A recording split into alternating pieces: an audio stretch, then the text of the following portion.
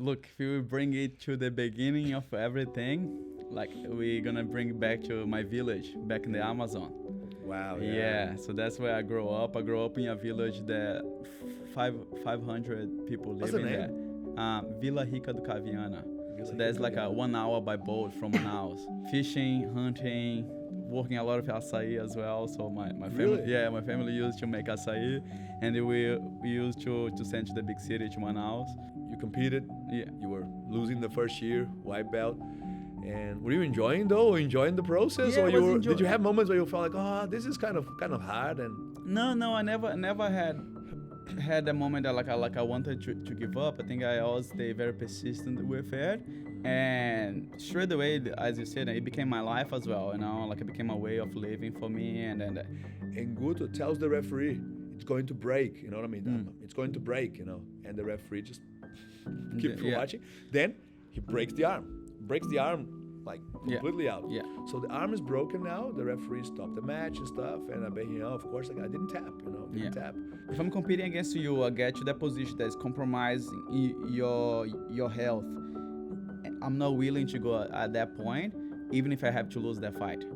Really? Yeah, I wouldn't.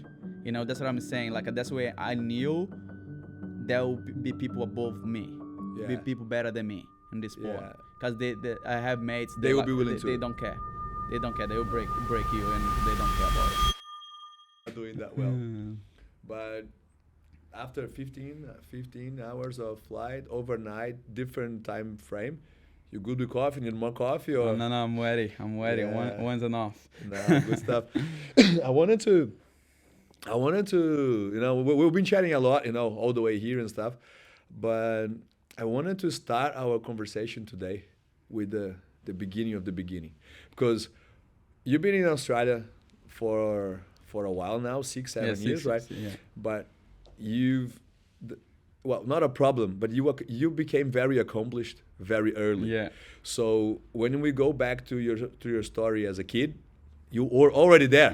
A lot of us is like, oh, I was a kid and I was a teenager, and then I started doing something. The problem is you were already doing something. Yeah. but one part that I wanted to start for us to get to know you better.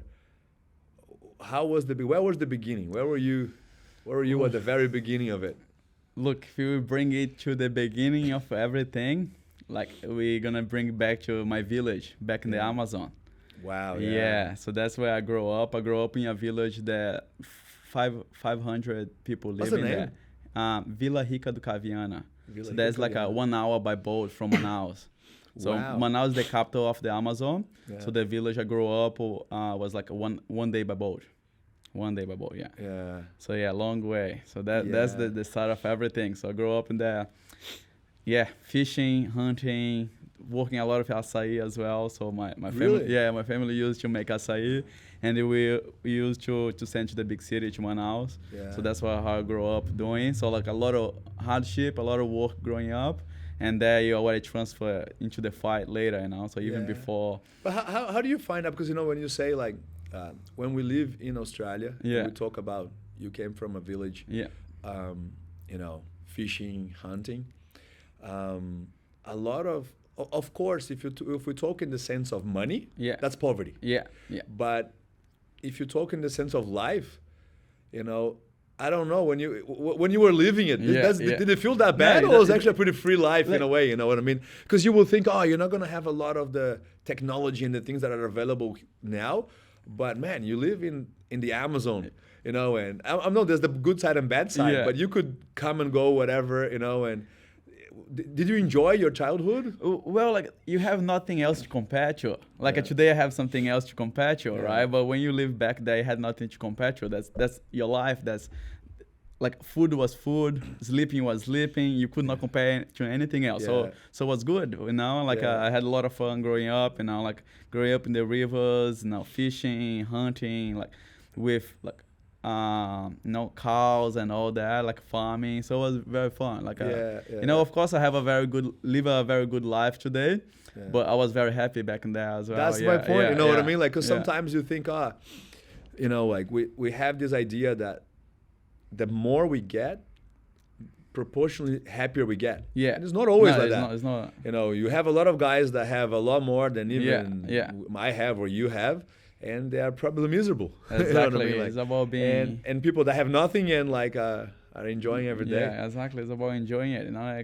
you need to experience life and enjoy it. That's it. And when you say there, fishing, of course, but hunting. Yeah, I'm from Brazil. I've never been to the Amazon. Yeah, as you. What do you actually find there? Yeah, nobody from Brazil been to the Amazon. You know yeah, what I mean? Exactly. You know, like you're from Brazil as well, so you know that even if you're Brazilian, you know, like the Amazon is a very different word from everything already. You know, so you basically live out of the land, of the rivers in there. So everything we eat, whatever we trade is from there. So even like if you trading for something from the big city, you yet have to hunt to go there and sell the hunt. And what do you hunt there? Like, what do people hunt there? Everything: pigs, wild pigs, everything. Because they have like panthers and leopards. And that normally you don't hunt that. Specialize the instinct in there, so like the stuff you're trying to avoid hunting. Yeah. So more like small hunts. That's because they can hunt you as well. Yeah, right? they can hunt you as well. Yeah. So it's not like they're pretty good on avoiding human beings. You know, like they can understand where you're at and they avoid it. Yeah. So mostly like you get in the way. That's when when you get hunted. You encounter. Yeah. And that's cool. And over the years in jiu-jitsu history, I think maybe because like Konji Mitsu Maeda, Konji Koma spent time in North Brazil, maybe in the beginning, Pará, but there's a lot of throughout history. Go back to Jacaré and others. There was always big names coming up from Manaus. Yeah. Where you grew up in the village, was there much jiu-jitsu there, or was jiu-jitsu? No, I did not train jiu-jitsu back in my village. I moved out of there after I lost my father. I was about 11, 12. I lost my father. I used to live with him back in the village.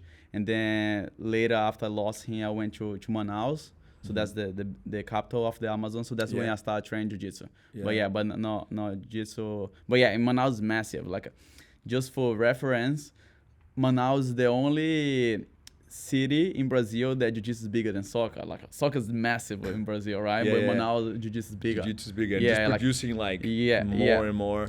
Yeah, look, there's many factors to it. I think firstly, it's like there's not much to do in there. So like, but it's hot and humid. Yeah. So it's like the hardship that is crazy. Like, it's hot. Like, there's not much to do, so people see opportunity in the sport and they take it, so they give their lives for it. I have been traveling this world a lot and never ever had any training that was as hard as Manaus. So everyone in Manaus, when they training for you, it's like they taking your title from you, like they coming after you. So people are training, they giving their lives for it. So what do you think is about the people from Manaus, like is the quality of jiu-jitsu better, or you think people are just fighters? They're fighters. That's it. I would not say that the quality of jiu-jitsu, but it's the ability to and their willpower to make things happen and to chase it. The hardship and you see there's opportunity to change your life in there and then really push through it. Is that how jiu-jitsu was for you in the beginning? From the beginning? From the beginning. From white belt, day one? You didn't go into I want to do an activity outside of school? No. If you compare to what jiu-jitsu is today, that you can come to the gym, have fun, make friends, and all this cool stuff that you just bring to Manaus, not like that.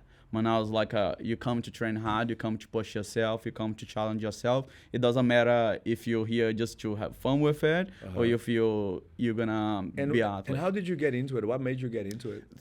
Again, Manaus is pretty big, so basically someone that train it, you have someone in your family that do it, you have someone in the neighborhood that do it. So for me, it was that my friends on my neighborhood, they used to train and they used to go all the time.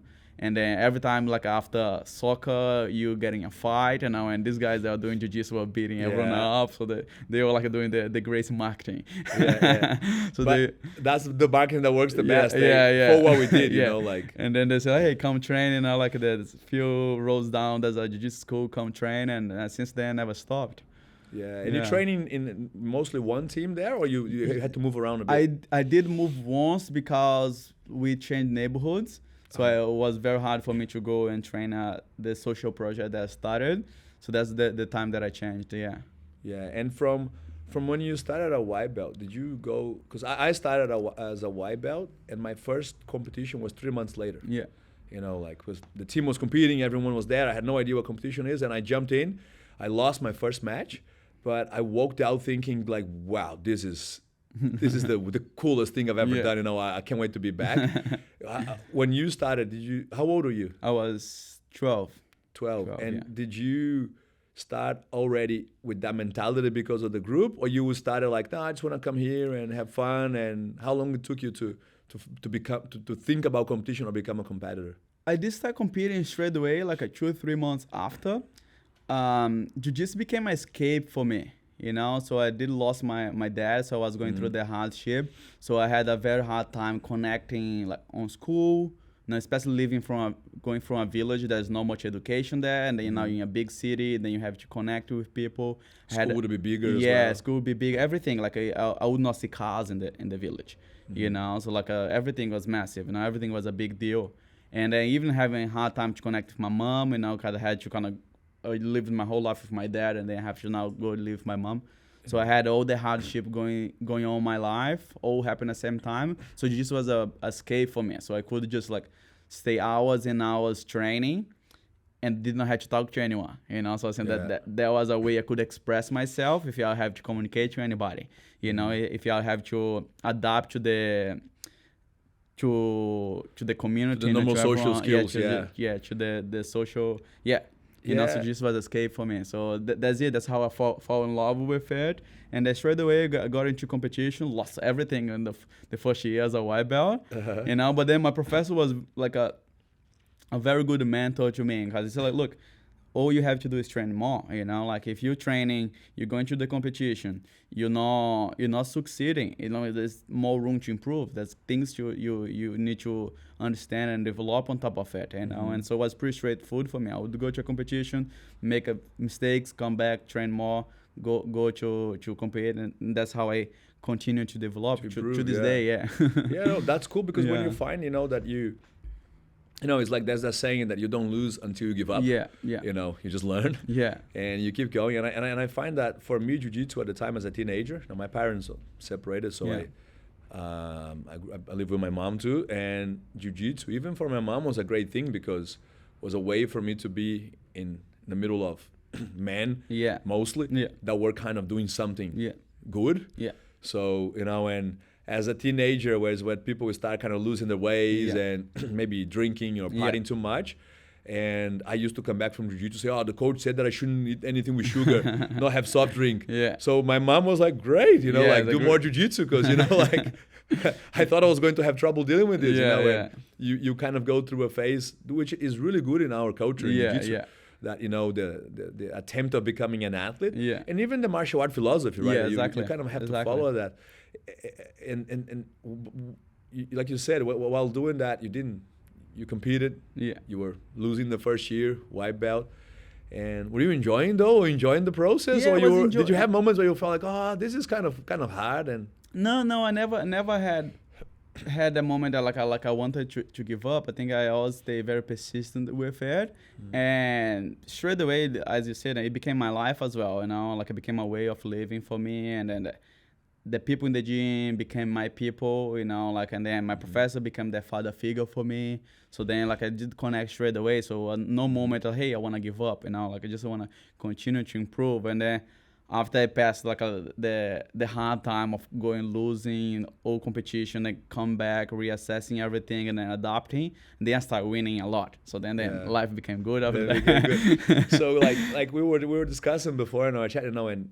you said to me, you know, that your professional career nowadays, professional career for jiu-jitsu and kids start quite early. Yeah, it's even something, you being such a big coach in kids. Yeah, there's a lot of things I want to talk to you about that, but it's starting so early. Back in the day, you wouldn't start that early. You would have to get to black belt, win something big, and then people talk about you, and then you have a following, and that's how it starts. But you said because you were training with the Miao brothers, your professional career started at blue belt. Yeah. Well, and in a way, you know, like you won the world championship, gi and no gi, in all belts. Yeah. Are you the only one? I think so. Yeah, I think so. You're probably the only person. Yeah. I have seen people that have become world champion every belt level in gi, or no gi, but never in both. Yeah. You know, so that's already something super unique. But your career started already in the beginning. At blue belt, you were already. Did you feel like a professional athlete at blue belt back then? Look, I felt I was very different already, like a very good competitor. Like I was about 13, 14. That's when I knew as well that I wanted to live it. Like I was very good at school, you know. But I was very good at school because I wanted to leave early so I could go train. Yeah. And that's when I made the decision. Look, I need to try it, pursue it as a career. That's when I told my mom, hey, I want to go to São Paulo to live. She firstly said, like, no, you're not going. Like, what are you How old were you when you said that? I was 14. Yeah, so like it would be very difficult for her. And now like she's here, now we're talking about it now as a man. Like, you know, we had more conversations about it. But she said I said the first time, I said, hey, I want to go to São Paulo. That's where the opportunities are. Because Manaus is very good for training, like a high-level competition, everything, but not many opportunities. Yeah. You know, so it would be hard to find a sponsorship. It would be hard to go compete in US. It would be hard to even go to São Paulo to compete. Yeah. You know, and I saw that. Because people don't know, but Manaus, São Paulo on a plane is what? 5 hours. 5 hours. Yeah, it's like going from here to Perth. Yeah, you know exactly. Like so very, very hard and very hard to afford and everything. So that's why it's so isolated that the competition scene was so strong in there. So if you just for reference, I grew up in the same generation. Me, Pato, Fabricio, Meihan, Mika, Diogo, Matheus Gabriel, Samuel Nagai, all these guys are world champion today. And they're all kids competing against each other.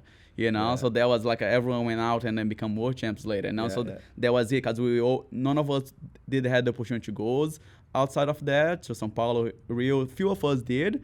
But all these guys from Manaus? From Manaus, yeah. All grow up competing against each other. Right. You know, few of us teammates, but mostly competing against each other. So that's very special about Manaus, because it's a whole generation of world champions. Yeah. So that's it. Like once you're exposed to the high level. It's Mika from the generation a bit younger, but same generation, but that's it. And also then I knew I had to go to São Paulo, and that's when I ended up going to when my mom. How was this move? How was this? Well, it's crazy because all I could think about is I want to be a champion. I did not understand that, hey, you're going to have to look after yourself. You're going to have to make a living there. I did not worry about none of that. You know, I did not have any kind of preparation. I did not have any kind of preparation job to that. Or whatever you might need, you know. I just said, hey, I'm going, you know. And my mom was like, later on, she told me, look, for me, it was important that you went and tried, you know, gave your best. And even if you did not succeed, I just did not want to feel that I got in your way. You know, I said, like, look, it hurts me to let my 15-year-old son to go, but I don't want to get in your way. If that's you think going to be your dream, that's what you want to live, I'm going to support it. And if you're going to come back, I'm here, you know. So that's what she told me later. But that's it. I got to São Paulo, was 15. I had no idea about anything about life, you know. I had no job. I left my home. My mom did borrow 200 Brazilian real, about $50. Yeah, about $55. Yeah, $55. That's all the money I had when I left in that, you know, to go live on the mat. Because at the time she couldn't afford to give you more. She did not have money to give, you know. Like she did have to work very hard to raise me and my sister after my dad passed. So she did not have money to afford my career or anything, you know. So I just went and. Hope for the best. You get 200 reais. You get on a bus, I would say. I got to go in the plane, right? So I got someone that to help me with the ticket, one-way ticket. One way. Yeah, never come back since then. and how was arriving? Like, because let's say you were at the time a blue belt. Yeah. Just got my blue belt. Yeah. And then as a blue belt, you get on a plane. Like, have you been outside of Manaus at the time? Have you traveled to other places? No, never. First time. Your first time. Yeah. Have you flown anywhere before that? I went to Pará once to compete. Yeah. Cool. And then you get on a plane, get to São Paulo. There's someone there pick you. No one that you pick me up. Nowadays, when I go to São Paulo as an adult, and if you tell me like, oh, get to the airport and had to go to this suburb or go somewhere, man, it's a mission. Yeah, it is. You know, it's like harder than landing in Tokyo and going somewhere. And did you arrive by yourself? Or by myself. So I met Cicero once in Manaus. So there was a competition there. He had like a social project competition in there. And that was the first time he ever saw me, like saw me competing and everything. And then I spoke briefly with him, say like, hey, I want to go. And then he said, yeah, you can come. That was it. That was the whole conversation we had. Yeah. He said, hey, you can come. Then he didn't expect that you were going to show up at the door. A few months later, I was there at his door. Yeah, and then you got to São Paulo, because at the time, remember, you wouldn't, what year was that? I was 2015. 2015. So you get there, you're just following. Yeah, that's exactly. I didn't have any friends, had nothing. I just got the address on Google and I show up a Professor Cicero door there. Yeah. And yeah, you really here? I say, yeah, I told you I was going to come. and how do you do? Because a lot of people talk about, like we hear about the social projects, and I had a chance to hear a bit more and know people from them. But when people think social project, like, and they talk about Cicero Costa and others, people think like, oh, it's like a training camp somewhere. It's really cool. You know what I mean? Yeah. But how was the life in the social project like?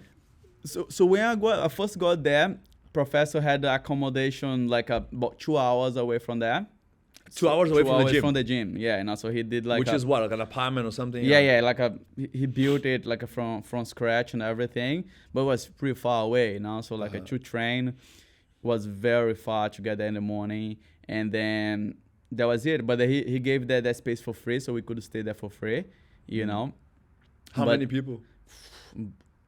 Like 30 was there when I got like a there. Warehouse or something? Yeah, like a big warehouse, yeah. But then that was very hard for me because I could not afford to go there, to where the main trainer was. Now the Miao brother was, where Leandro Low was training. Because it was too much money to travel. Yeah, too much money to travel, and all I had was the 200 Brazilian reais. So like once I run out of this money here, you don't have anything, I don't have any money, So that was very difficult. I could only go there like twice a week. So then we had to go training at the warehouse where we were living. But then the quality of training wasn't the same, So that was very difficult for me, on top of, I have to look after myself. So that was the moment that I thought I'm going to give up, So you stay at the warehouse, at the accommodation? Yeah. And you guys had mats there? Yeah. And everyone was training at the headquarters of the social project, at Cicero Costa's gym. But we could not make it there. But we could not make it there. Yeah, so you are in São Paulo to train with the team, but you cannot make it to the training because you're staying too far. And I assume there were a bunch of you guys that had to do the same thing. You couldn't move so much. And what about daily expenses, food and stuff? They provided? So Professor Cicero used to get like few people to donate. So like rice and beans we used to have there. So everything we had to buy was like some eggs, meat, chicken, stuff like that. But Professor used to get like some rice and beans. Yeah, like non-perishable food and stuff. Yeah.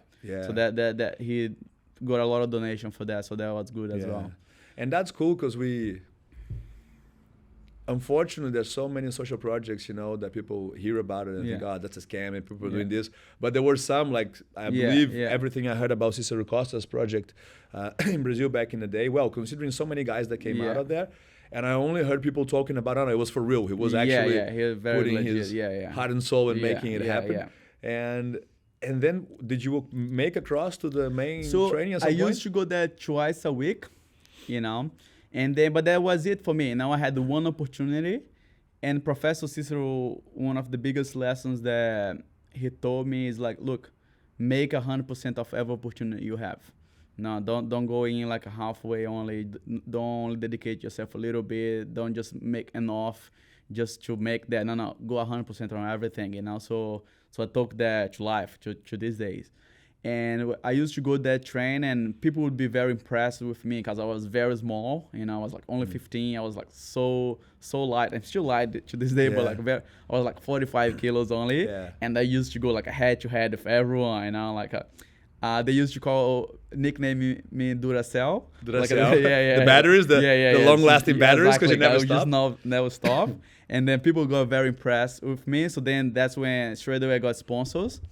Like the sponsor was like, hey, look, I'm gonna give you $100 a month here, and so you can afford to come and train more. Pay your transport to come here. So that's it. And then I got started to go more into that, and that's when later on, I got another sponsor that he was paying my accommodation. So Professor Cicero had another accommodation closer to the headquarters, but there was a paid one, you know. So I could not afford to go at that one. So one of the guys that was like very impressed with my jiu-jitsu, really wanted to help, say, look, I'm gonna pay you for 3 months to you stay in this accommodation, and after that you see what's gonna happen, you know. And then 3 months after, and so you training a lot, I'm making it training as much as I could, you know. 3 months after that, I started helping Professor Cicero in the gym. So I was like helping managing the gym for everything, you know. So that was like my first experience, my first job, you know, managing. Which just came handy later. Of course, yeah, exactly. Then that's it. Then Professor, because I was working at the gym, doing peeling, doing attendance, doing all that for him. He was like, okay, I'm gonna let you stay for free at the accommodation. So kind of was trading the hours I was doing for him for the accommodation. That's when I could actually just train and compete. And then all my living I was making out of competition. So how we would do is we go for a competition, we would set up the whole competition for the registration. You know, so we would trade. You work setting up the mats and stuff? Setting up. So we're like, hey, like we're gonna set up the mats for you and trade for that. Like, can we compete? Like, can you give the registration?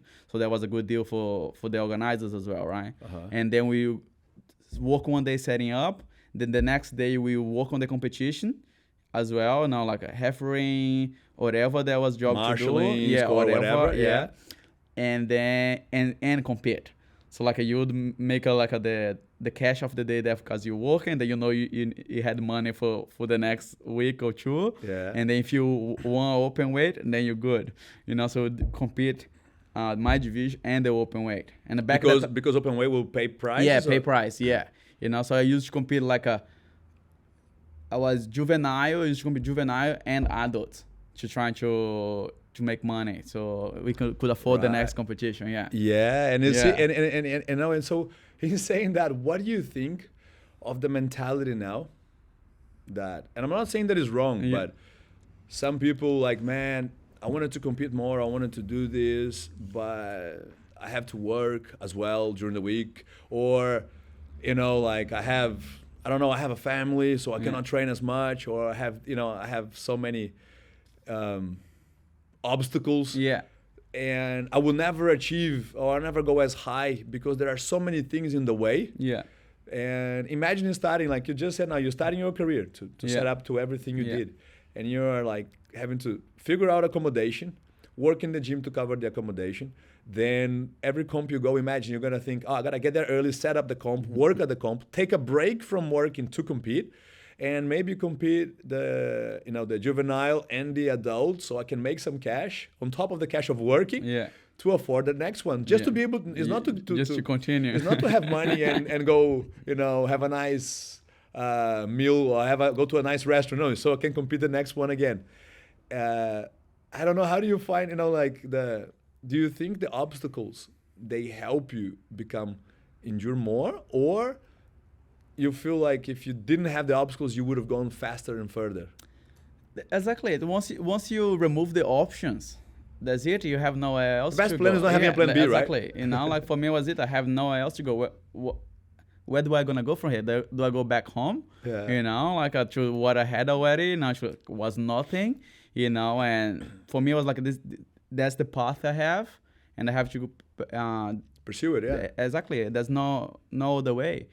These days, again, different people, different lives, different circumstances for everything. But people have way too many options. I did not have many options, so that's the only path I had, and I'm very thankful for it because it built who I am. Maybe if I had other option, I probably would have chose the easiest option, because the only option was the hard option. I had to take the hard one. Yeah, and when competing, so let's say you had this start that you were telling me now here, you had to go compete, work, set up, and do all that. And when did it start changing? Was there a point that you felt like, now things are getting good? You know what I mean? Well, so my mentality was, okay, I'm gonna make enough money so I can go and compete the big competition. I'm gonna make a name for myself, and then once I make a name for myself, I will be able to get sponsorship and then grow more in the sport. So that was kind of my plan. So, and that did happen. I did like continue to compete locally, nationally. Now start winning everything, start kind of building a good name for myself there, you know, and then got a few sponsorships, start traveling overseas. And then I went to compete World 2016 as a juvenile blue belt. So I think that was the biggest change for me, not financially, more mentally. Because when I came back after winning Worlds, I did not have money to eat. I could not pay for the rent anymore. And people was telling me like, hey, you're a world champion now. Like you should have money to afford your living out. And then I remember to this day, like very vivid in my mind, I sit like in the front of the accommodation we live, like on the stairs, and I start crying. Yeah, I start crying. So is that it? You know, like I achieved the top that is to achieve, and I can't afford food. You know, like as a 16 years old. So that was very difficult for me. So that's when I understood, okay, I'm gonna have to pursue a different path. You know, I'm gonna have to build myself differently. You know, I did understood that being a champion would just be the vehicle that would get me where I wanted to be. You know, that would achieve the dreams that I wanted to achieve. Because beyond jiu-jitsu, I wanted to have a good life. Beyond jiu-jitsu, I want to provide change my family history. Yeah. You know, like we grew up very poorly. You know, like I wanted them to have things. I want to have them to have things. I want my mom to have a good life. Yeah. You know, to have a house and be able to do what she wants to do. And then once I understood that, hey, being a champion is not even getting me there. Imagine how I'm gonna get this other stuff. Yeah, it's not gonna come from these medals. Yeah. That's when like it was the biggest change for me, and that's when I'm like, okay, I need to pursue a different path from here. And what was this path? What did you think it changed? That's when I started understanding how does people in this community, like who are the people that are actually doing well in this community here. You know, is there who are actually making money here, who are actually being able to afford a good living and going beyond it. And also I started studying more, started like learning more, and then I understood, okay, people that are making money, they are making money teaching. You know, and then there are people that are making more money, they have schools. You know, the people that are making more money, they have a brand. Some that make more money, they have like a big affiliation, or the people that have even more money are running big competitions. You know, so that like I started kind of mapping out everything. Where before in my head, hey, you are champion, you good. Well, everyone to this day still believe that if you're the world champion, you sweet. What is not the reality of the sport. You know, you maybe see on the social media, hey, these guys are doing very well because they are the champion. Most likely that is reflecting to the financial aspect of it, but it's not the reality of the sport. You know, so I understood that very young. That was not the reality of it. You know, like a lot of good mates of mine, I was like a world champion still living on the mats. You know, for me, I was like, hey, I don't want that. I want to be able to have a good living. You know, like, yes, I want to be a champion. Still my main goal, but I want to use that as a vehicle to have a good living. Yeah, that's just one part of your life goals. You know, exactly. Being a champion is like a part of your identity. Yeah, so then was the pivot was when I went from I want to see being a champion is my main goal to like hey, no, it's much more to it. You know, it's much more steps ahead of it. And then having the experience in working at the gym for Professor Cicero, and then growing up working a lot as well. Now, as in the values that my parents told me, my dad and my mom, was like work hard. Now,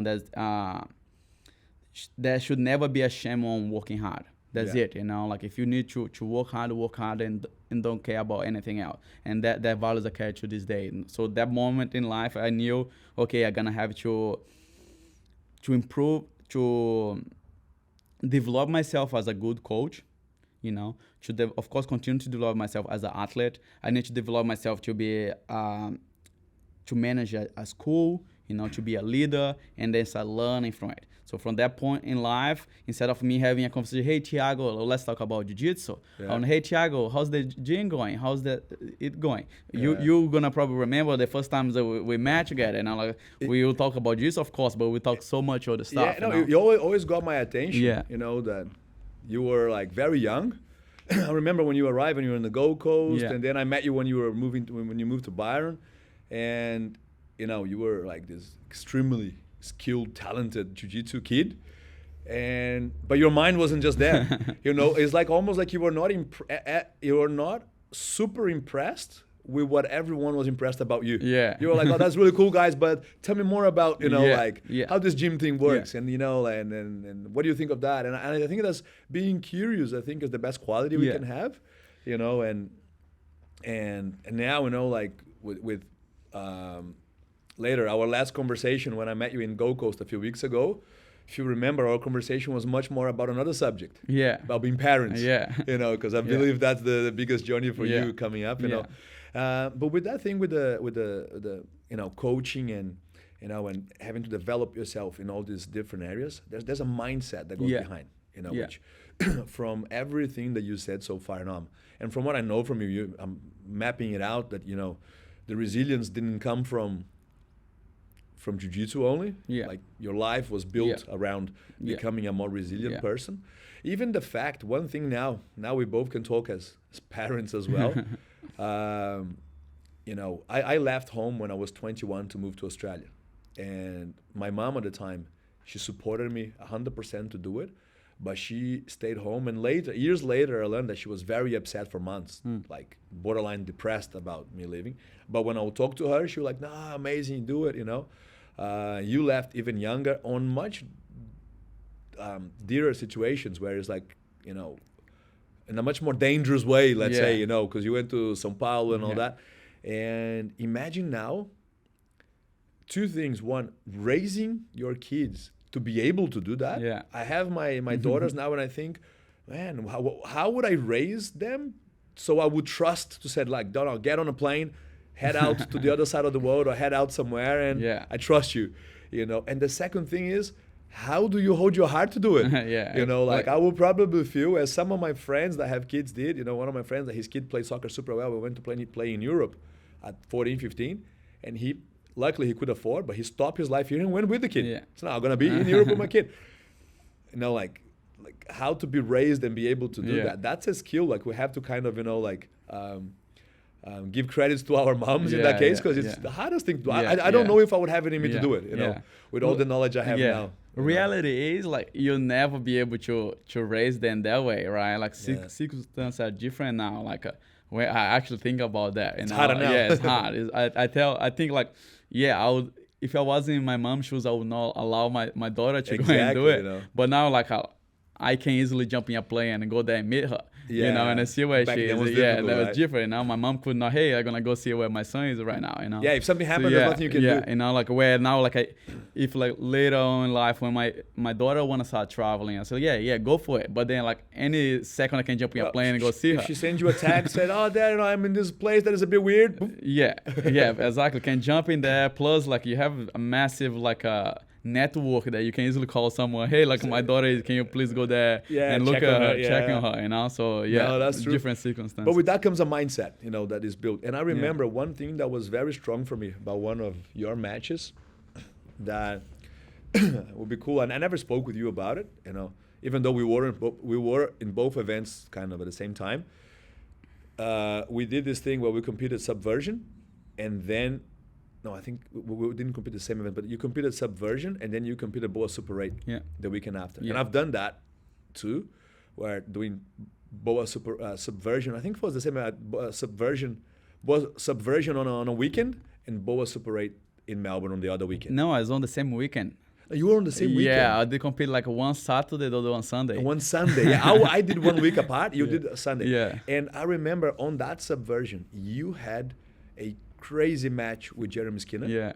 And that match for me, I think for Jeremy Skinner, that's a highlight as well, because he fought extremely well that match. Yeah. Strategically, technically. And he put you in so many bad positions, like I would say at least half of the match. And in one of those positions, he got your arm to another level of armbar there. You not only got out of that arm, I never asked, I don't know how hurt you were at that moment. I can only assume that, it was hurt. That arm had to be hurt, otherwise you're not human. But you got out and you ended the match actually pressing him from everywhere. Like you ended the match like, unfortunately for him, but because of the rule set, submission attempts is what count the most. Yeah. So you had a match next day, and I was there in Melbourne. You had a match next day against Mikael from Absolute. Yeah. And there was this thing that you were not there, I think, for the way in, or you're not there in time or something. Yeah. And people, the rumors were like, man, Thalison's arm is messed up and he's not going to come. He bailed. He went home. He's not going to compete. And everyone is not going to compete. He's not going to compete. And I was thinking in my head, I know you all said, man, I think if he's not going to compete, maybe he will say it, And there was a thing that you had to go back to Byron and flew back there. Whatever happened, you were there that night. And everyone in the change room, the talk was like, man, he cannot compete. He's done. He's not going to do it. And then you come in and win the match and and perform well. And I remember that the conversation was not about the fight or the win. It was like, how did he compete? What happened? I think the question in the air is like, he is hurt. He's most likely badly hurt. He did make it. Whatever people were saying that you were not going to, you did make it. And you fought as nothing happened. What happened that day? Well, you show who you are through the hardship, through the bad moments. Everyone's good when they're good, right? Like if you're on your best shape, the fastest you can be, the strongest everyone's good. But when you injure, when you're weak, that's when you show on who a bad you day, are. it's harder to be a champion. That's when you show what you're made of. So I went that fight with him, lost. But that's the thing, I went through that so many times in my life already, like of losing a division, then have to compete to open weight, to go and trying to make money so I could afford another week of living, So I've been through that situation. You lost here, now you really got to win the second one. Just another day in my life, Like, of course, in a whole different position, like now you're the champion, all that. But I had that fight with him. And the same thing, like if you're winning a fight, it's easy to be the champion, right? But like when you lose in the fight, that's when you see the real champions, Like when you're being exposed, when they're pushing you into the deep waters, like can you come back? Can you push harder? That's when you show your true self, And for me, I know what I'm made of, So like I'm not giving up, Like I'll be fighting like throughout the whole fight against Jeremy. Like there's a big window between our weights. He's much heavier than I am, and I still came chasing him all fight long, Like he attacked me like a good, strong attacks all the time, and I kept chasing him after. But by the middle of the fight to the end, he was done already. He was tired already because he threw everything at me, and I kept chasing him the whole fight long. I can remember if there were points, how points would have gone. Yeah. But I wouldn't be surprised if points-wise it would have gone your way, not having a submission.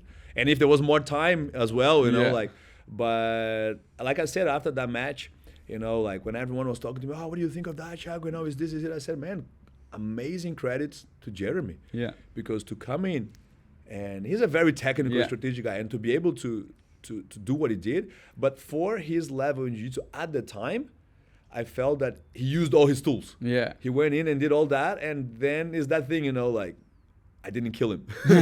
Like, what else do I do now? It's that thing we were talking about, the 3 minutes, you know what I mean? Yeah, all right, everything is used.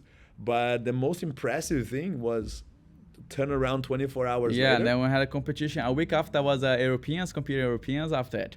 Wow. So the arm was good? The arm was fine, yeah. Far out, You are a bit superhuman then, because, like, if it was my arm there, I would have like a couple of pins now, and no, that was a very, very impressive that's it. moment. Once you set your mind to do something, you gotta do it.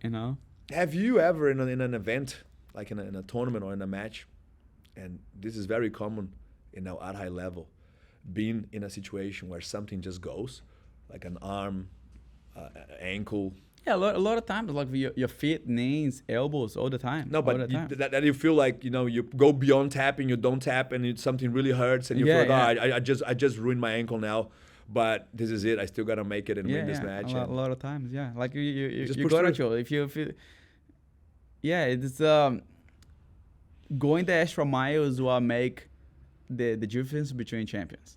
The extra mile is what make the difference. Yeah. Like how much are you willing? How much you wanted? Yeah, how much are you willing to give up? Are you willing to give up the arm, the foot, the knees? Yeah. How much are you willing to hurt someone else? As well. And that's the hardest part. Yeah. I feel that it's easier to get through getting hurt sometimes than on how much you're willing to. Good we talking about that, cause that's when I realized that there's more levels to it. I have some mates of mine, I won't even say the name so they don't look bad, but like they're willing to hurt someone and I'm not. And so like these guys, they are one level above me. Yeah. Because if you're getting a fight, I love the art of jiu-jitsu. I like be able to accomplish a technique and execute the technique beautifully. But you don't want to break. I don't want to hurt someone. Yeah. I don't want to, if I get to throw your arm bar on you, for me it's like, I got the arm, that's it, tap.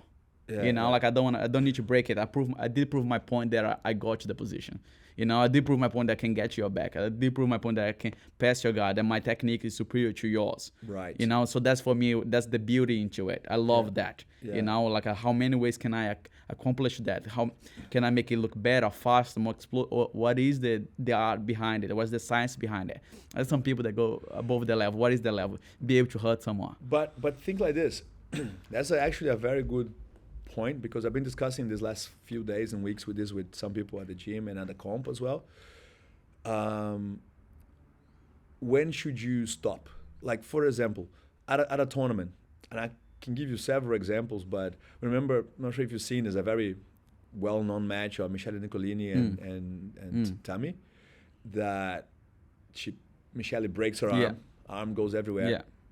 You know, Tammy doesn't even show anything in her face, keeps fighting, and Michele is like pushing that arm in every direction, and should have that not happen? Like, do you believe that the person, let's say if someone catches you in a position, and you were fighting out of it, you were trying to get out, and should you have the right as a skilled black belt to fight until you think you've done enough? Like, for example, if you decide you don't want to tap, you want to get out, and you will try to get out, maybe your arm, maybe your ankle is hurting, is clicking, and you're still getting out. You know, you'll get out no matter what. Should that right be taken away from you in terms of, man, I already got you got to stop now? The moment the position is locked in on you, that's your responsibility not to tap. If you that's don't it, tap, it's on you. It's on like, you. let's say I'm you know, there's levels: recreational training, competition training, and you know, competition. Yeah. But I feel that if you get my arm, and we are training, let's say as serious as we could be training, and you get my arm, and you're on an armbar, and I'm active, I'm trying to escape, and my arm is like most likely hurting already. You can hear that my arm is making some weird sounds and stuff. Should you let go? Me personally, the way I train, if I was in the position, in training I tap. You know, if you got me in the position, if you were holding me, I do let go. You would let go. In training, I do let go. I in my experience, I've seen both things, and I had actually an experience with my professor Jorge Pereira at a seminar when I was a young black belt, that he was in the middle rolling with everyone, and came my turn, 25-year-old black belt, he just jet lagged arriving for a seminar, and I stepped and I jumped on his arm. Like I stepped past his guard and I jumped on his arm. But as I jumped on his arm, I felt like so stupid. I said, man, he's rolling one person after the other. I step in and jump on his arm. And I kind of didn't hold as I should. And he started escaping and escaped. When he escaped, he gave me the biggest lecture in front of everyone. First thing he asked me, he said, am I not good enough to be training with you? And I was like, what? He said, you don't have to go easy on my arm. He said, if you go easy on my arm again, I'll break your face. And I was like, oh, I didn't. He's like, no, look, we both know what you did, you know. And I was a bit like, that day I learned one lesson that, you know, like, right, so that it's different, a lower belt or someone, but I'd always try to think that one of the things that we are learning is, of course, if I'm training with you and you are arm-barring me there, I should be smart enough and not look stupid letting my arm break. Because that will look even worse on me now than getting tapped. But at the same time, it's on me. Yeah, exactly. It's on you. But I have seen it over and over and over so many times already. People losing years, months and years of their career because of the ego. Yeah. You know, I have seen many times, and it's always the young male trying to prove himself. Yeah. He want to prove he deserves to be at that level. Yeah. And he's trying to prove by hurting himself. By hurting himself. I said that's the most stupid thing you ever can do to yourself is that. Yeah. Say what you wanna try to develop is the ability to not let people get in there. True. You know, your arms extended, your legs extended, your neck is on. Like there's nothing else you can do from that. Right. All you wanna build is before that. So once I get there, like there's no way out of here. You know. So in my head is like. If you don't want to tap, like it's on you. I'll say I'm gonna stay here for the rest of the round. At least I can get a rest, you know. Great, yeah. If you can control. Remember that armbar, Metamores, Roger Gracie and Buchecha. Buchecha got Roger's arm to the limit. Yeah. Arm went everywhere. Yeah, but high level competition is different. With that you break each other, you know. With that, it's like over there you have to. Right? Yeah, with that you break each other. I have one match that is I always use an example with my good friend and person that I learned most of my jiu-jitsu, Guto Campos. Yeah. That he had a match at Copa Pódio against Rafael Aberrian. Yeah. From Carson Gracie, and in that match, Guto plays with this guy, this collar and sleeve guard. Yeah. And man, he's super good from there. And he got his arm, from the collar and sleeve. 2 hands, and he started putting pressure. And Aberrian is a tough guy. He was in competition. He wasn't tapping. And Guto tells the referee, it's going to break. You know what I mean? It's going to break, And the referee just keeps watching. Then he breaks the arm. Like completely out. Yeah. So the arm is broken now. The referee stopped the match and stuff. And Aberrian, of course, I didn't tap, didn't tap. And then they don't know what to do, and they restart the match. From that moment on, they had maybe a minute 40 or more of match, and the guy has a broken arm. Easy target. Yeah. And Guto finishes the fight, but avoiding touch the arm at all cost. Yeah. He's like pretty much controlling Rafael, controlling grips, and he doesn't touch the arm anymore. Yeah. Because in his view, is like that man. I broke. I don't want the arm to be more hurt. Yeah. But so that's more your mentality in a way. If that happened to you, you probably will be like, all right, man, we gotta keep fighting. If you wanna keep fighting, I'll fight. But I'm not gonna finish breaking you more. Like that's where my head is. If I'm competing against you, I get to that position that is compromising your health. I'm not willing to go at that point, even if I have to lose that fight. Really? Yeah, I wouldn't. That's what I'm saying. Like that's where I knew there will be people above me, be people better than me in this sport. Because I have mates. They will be willing to. They don't care. They don't care. They will break you, and they don't care about you. Like some of the matches you watch with Cade and Ty, they will break you in half. Like the people don't care. And look, they'll lose their sleep. I don't judge it. Like we there to break each other. I don't think they're mean. But I don't think their mentality is a war. Yeah. So that's the. When I had the realization, that's when I realized, okay, there'll be guys that will be much better than me because they will come to break. Yeah. And if I'm in the position, I will not go that far. I think if you have to break or lose, you might accept. Lose. You might lose the position. Rather than, let's say you're losing a match and you got this armbar, and you were there, you can feel the arm is already going, and you feel like either I break it or I'm gonna lose on 2 points. Yeah. You might lose on 2 points. Yeah. I just don't want that for myself. Well, we have to make sure we don't publish this part now, because your opponent's gonna be like, wait a second. I'll definitely make tight enough for you to tap, but like. Or you go back and choke them out, and they have to tap anyway. I have built my game around choking you people. submit a lot of people, so clearly the submissions are choking people. Cause like if you put someone to sleep, they come back. But like like you take years away from they may never come back the same. No, but if you put them to sleep, there's no tapping. They have to stop. Yeah, the match, that's like I have a lot of mates that into MMA, and that's a lot of people are asking me like, do you wanna pursue your MMA career one day? I said no, because I don't have what it takes to be an MMA fighter. I said like I could be a very good MMA fighter, can be a very technical, but the guys that goes beyond and achieve it all. The guys that are more like they wanna willing to take blood. They'll you see interviews. They will have an edge. You see interviews like with John Jones talking like what was the fight that he was kicking on the guy on the knee. I forgot the name of the guy he was competing. That he broke both of the guy knee, like a step on the knee, and he was saying like, look, he was trying to take years of my brain. trying to damage my brain. Like I can make him break have his a legs, limp. I can make him have a limp for the rest of his life. So that kind of mentality is like a different human being for that. You know, so that's it. Then you understand that some people are willing to go further than you are. You know, then you understand the way where you feel. But it's good to have that understanding as well, because you know, like it's things you won't compromise.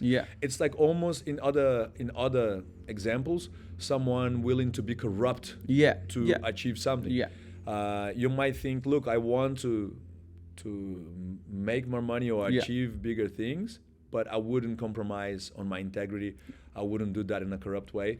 Not saying that if you are a fighter and you're hurting people, I don't think it's corrupt. I think it's a honest, clean choice. You know, and I think like I said, my opinion in terms of the way I think nowadays about a submission position. Unless you're with a student or someone that is not skilled, but I believe the higher skilled person, like a black belt, I would feel that is after the lessons that I learned, that it's on them to make that decision. And if I'm holding someone's foot and this person is a skilled black belt and he doesn't want to tap, and I will press that as gentle as I can. But if I have to go until whatever happens, not because I want to, but I feel it's their right to make that decision. It's not my decision to make. You know, I feel almost that making that decision I could be offending them. You know, but that's interesting that we think kind of. You know, we believe in the same way. We both don't want to hurt people, but I believe that I'll be offending by not hurting, and you believe, I prefer to not hurt it, you know? There's talking more on it as well, right? Like, it's like business, right? You can do business with soul and business without a soul, right? For me, I prefer to do business with a soul. Then, like, you can make money so many ways in this life, exactly. You know? And that's another big thing. You know, the Byron Bay Academy, you know, your gym in Byron, it's like super successful. You are excelling more and more as a coach. You know, you operate other businesses as well there, you know, and you've been running the Byron Bay camps. Like, are these all like your ideas you've been integrating, or they come from, you know, like it's just you like kind of upselling on the things that you already do? Well, I think nothing is our ideas, right? Like you get get a little bit from there, a little bit from there, a little bit from there, then combine everything and kind of build your own thing.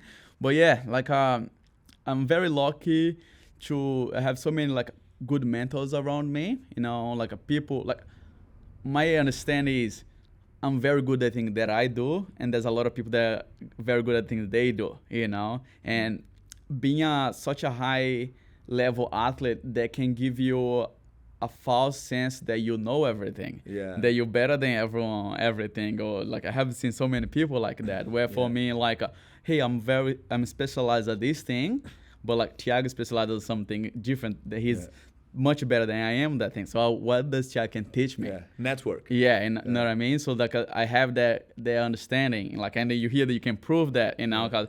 Like since the first time that I met, like I already saw all the success you had on this community here, and kept on building the brand you have here, the legacy you guys have already, you know, in here. So I said, like, I'm a world champion, but this guys are way far ahead of me, everything else, you know, like how much can I learn from him? How much can what is the lessons in that I can apply? To learn is actually the skill. You know, so, and then learn that like from you, from everywhere. You know, every people, every person you come across on your path can teach you something. So then that's it. Just trying to get as much information in, and then trying to put something together. And then you put together with the stuff you know how to do already. And do you feel there's much of your now? Of course, you get mentors and learning all the skills, but do you think there is much from your actual jiu-jitsu life, from your jiu-jitsu experience, that you apply in running a business or in running your things? Like, do you feel like, you know, there's something that I learned as a jiu-jitsu athlete, competitor, you know, practicing jiu-jitsu, and it translates the same? I use that every day when running a business. Yeah, definitely. Like, it's your background, right? So you gotta run from that, you know. So the way like I kind of format my mindset for jiu-jitsu, I try to do the same thing for business, and all the way around as well. And also later, once I develop more skills for business and understand different, and then I'm like, how how can I translate that to jiu-jitsu? And then my jiu-jitsu now gets much better. Cross-train your skills. Yeah, so you start doing that, you know, and then later, so it's like you learn how to speak a different language, and now you're trying to translate that to the Back other to language, your language, you know, so then yeah. you keep doing that. And yeah, definitely, you know, then... And the way you put all this together, so, you know, like translating from learning jiu-jitsu to then making a living out of it, then to become, you know, a successful athlete and competitor, moving out of Brazil to Australia, adapting to a new language, new culture, you know. Now your family, you're married with a Australian girl, so you're like same as me, you know, with two cultures blending in. How you finding getting all this life experience that you had still at such a young age, and now adding up the fact that you got to put all that together and learn how to be a father? how is that training going? Going good, going well. Like enjoying it. I think that's the main thing. Because it's not something you can be taught, right? You gotta learn on the job. Yeah, exactly. I guess very similar. You can use the same mindset across everything, right? Like you learn. Don't give up, resilience. Yeah. Fight hard. Exactly. The mindset is the same, but I guess you learn a lot from other people how to be and know how to be, you know, and have so many years like coaching already and dealing with parents, and you understand, okay, oh, this is a very good parent, or that's not such a good parent. True. You know, so then having that as a... It's like having your idols in jiu-jitsu, you have kind of your idols as parents. Exactly. Like, such good parenting. Yeah, exactly. That's true. So I have a lot of students, I have told them so many times, look, the day that I have my own kids, I want to be a father like the way you are. That's you super know, cool. and then the same parents you say, hey, I don't want to be a father the way you are. You know, so that you can start molding yourself around there already. So like, hey, these guys here are doing an excellent job as a parent, and this one here not so good. You know, so what is the partner that's making these people succeed so well as a parent, and this one not so much?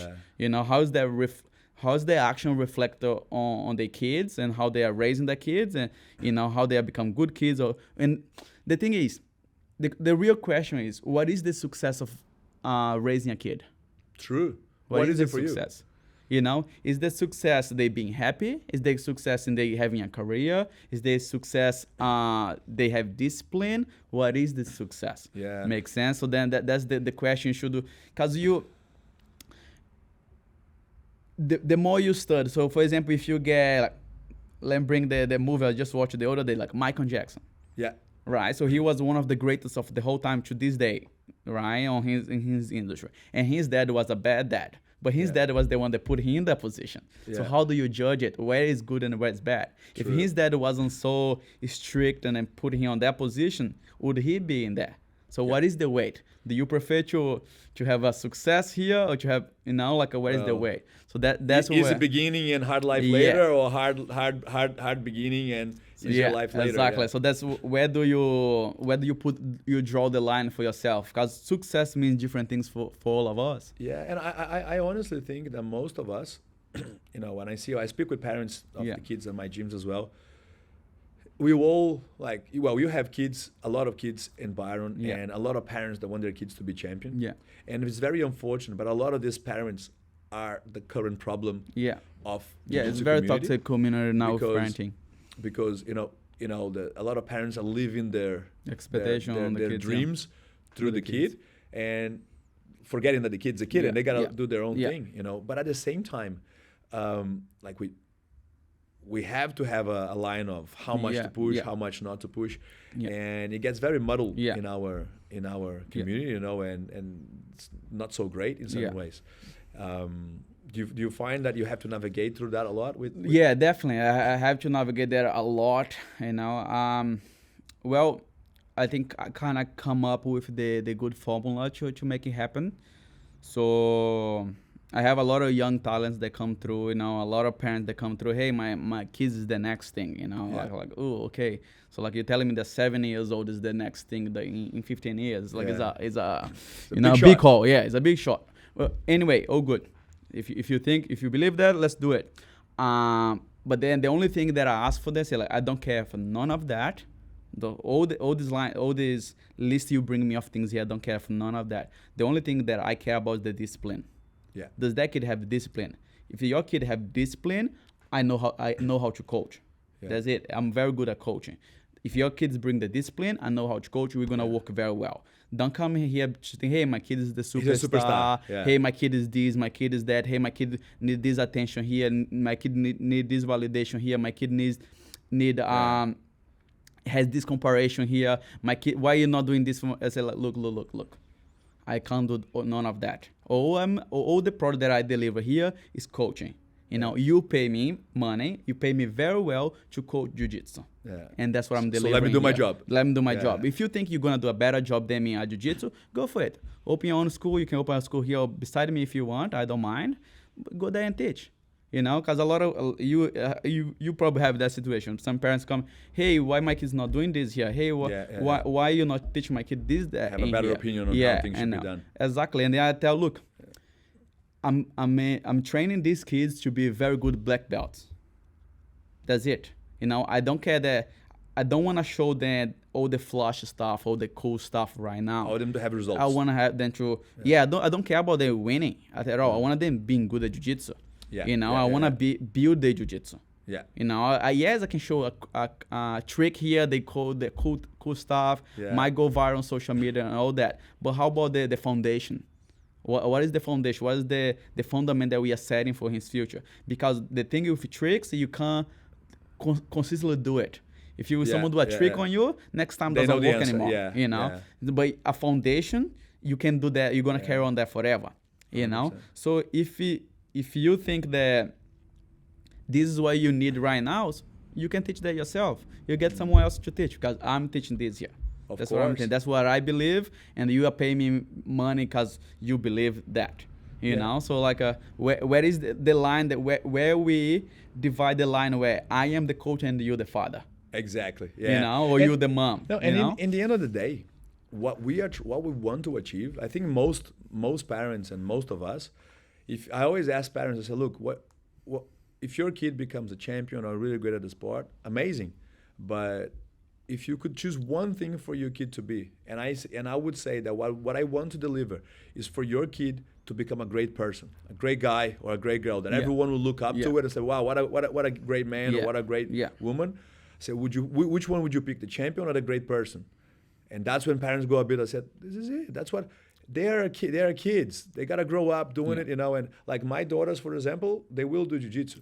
They already my older one that is 3 years old already does it, but I don't care if she does it once a week, twice a week, if she never competes or if she competes, if she likes netball or cheerleading more, fine, be the best ballet dancer you can. But jiu-jitsu is part of life. You will train because we'll teach you other things. It's the only way, is my way of communicating to my kids is through jiu-jitsu. Yeah. And I think it's a really cool tool. But in the end, I think we will agree that we want them to be great people. Yeah, you know? Exactly. Like you build a passion first. You build the values into the passion. That's what gonna develop into be a great athlete or a great human being. Both of them, right? Yeah. But that's it. Like now that me and Millie, we talk a lot about that, right? Like, hey, how are we gonna raise our daughters and our future kid that we wanna have more? And I tell her, look, it's a big thing to navigate. You know, like can go so many different directions, but the thing that is priority for me is discipline. Yeah, that's it. I say like that will be. Doesn't matter if and then we learn by watching. Yeah, right? And exactly. And say like we gonna set the example home. You know, and we are very lucky that I am very disciplined. Millie it is as well. So she gonna grow up in the environment, right? Of discipline. Yeah, discipline. So. And it doesn't matter later on in life what she wants to do or what career she wants to pursue. She's going to need discipline for that. Yeah. You know, she's going to need discipline for that. So that's the only thing that I'm going to teach her. You know, if you choose to be a world champion, just cool. I can help you more with that. If you choose to be a doctor, there's not much I can help you with. Yeah. Other than discipline. Yeah, discipline. You know, she will need that. Yeah, she's going to need that. You know, so that's it. And whatever she decides later on in life what she want to do, the thing that I want to share, what did your dad told you? He told me to be a disciplined person. That's what I want to say. That's amazing, man. I think, look, from the set of skills, from humble beginnings to like a lot of hard work, resilience, you know, building up like a career from a young age. And I get it, like having the vision, you know what I mean? I think the short-term goals we can have a lot, as you probably did, like you said, and some of them you achieved very young and you realize that they were just short-term. But long-term goal, you probably achieve, I don't know, 20, 30, 50% of it. God knows how much further you're going.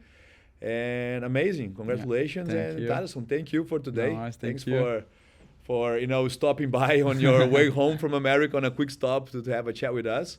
And I'm really looking forward to October when we go for the Byron Bay camp. Yeah, let's do it. This is the spring camp. Spring camp, yeah. To the spring camp, Tainan Dalpra, Thalison, and Marcelo Garcia. That will be a fun one. Thank you. Thank you for today. Thank you. Boas.